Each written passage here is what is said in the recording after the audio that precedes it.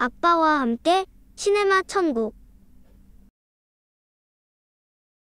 안녕하세요. 아버지와 교육연구소 김용익입니다. 여러분은 자녀에게 관심을 충분히 표현하시나요? 혹시 아이가 지금보다 어렸을 때는 안아주기도 하고 뭐 뽀뽀도 잘 했지만 요즘은 뭐 이런저런 이유로 아이와 뭐 냉랭하게 지내는 건 아닌가요? 자녀에게 관심을 보이고 애정을 표현하는 것은 때로는 삶과 죽음을 가르는 매우 중요한 일이 되기도 하는데요. 오늘은 자녀에게 갖는 관심을 표현하는 것이 왜 중요한지에 대해서 영화를 통해서 살펴보도록 하겠습니다. 오늘의 영화는 바로 찰리와 초콜릿 공장입니다.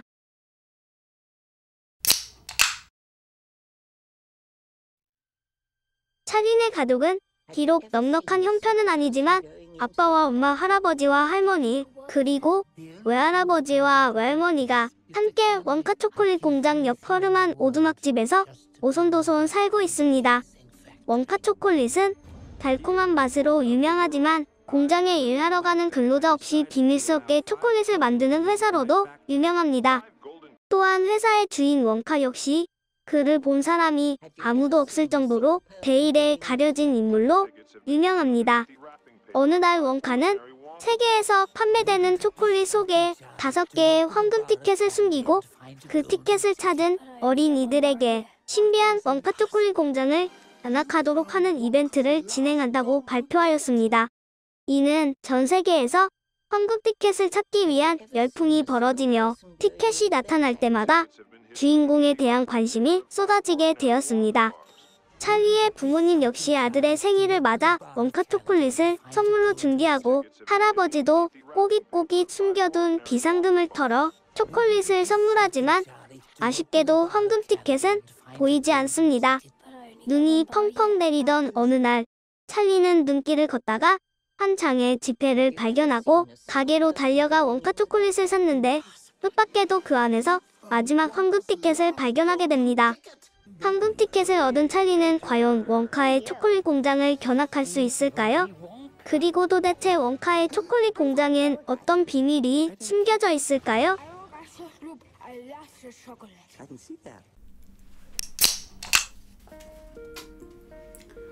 눈이 조금 내려 살포시 길 위를 덮은 어느 날 아이와 함께 외출을 하기 위해 차를 아파트 주차장 밖으로 꺼냈습니다.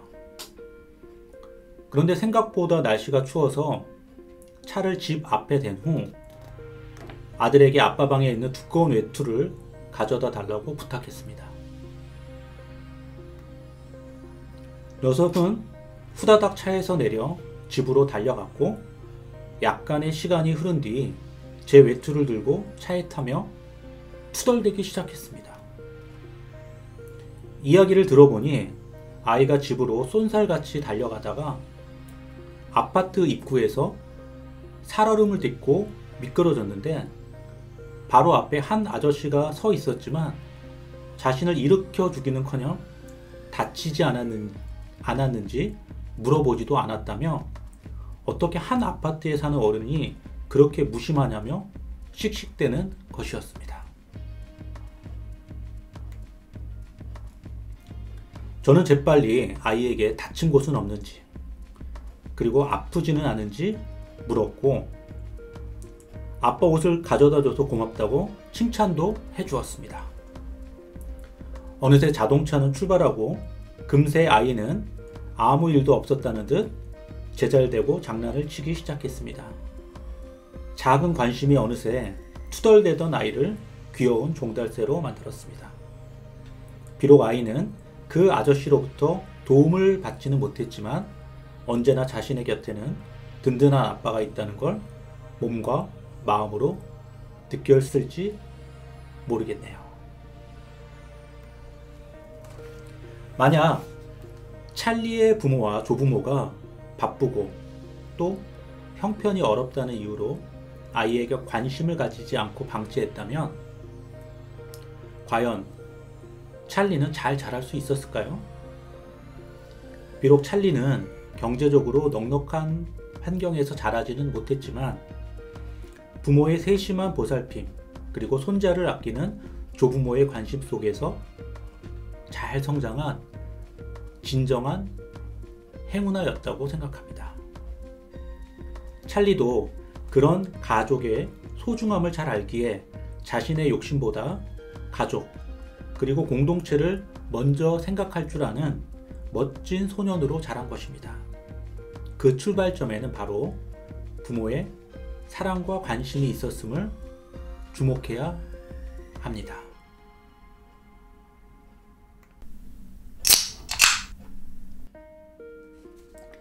스피츠 박사는 감옥에서 태어나거나 길거리에 버려진 아이들을 고아원에서 돌봤는데요. 그곳의 시설은 매우 깨끗하고 좋았습니다. 하지만 고아원의 아이들은 일반 가정의 아이들에 비해 힘이 없고 잘 울지도 않았으며 때로는 이상 행동을 보이고 쉽게 병들거나 죽는 경우도 있었습니다.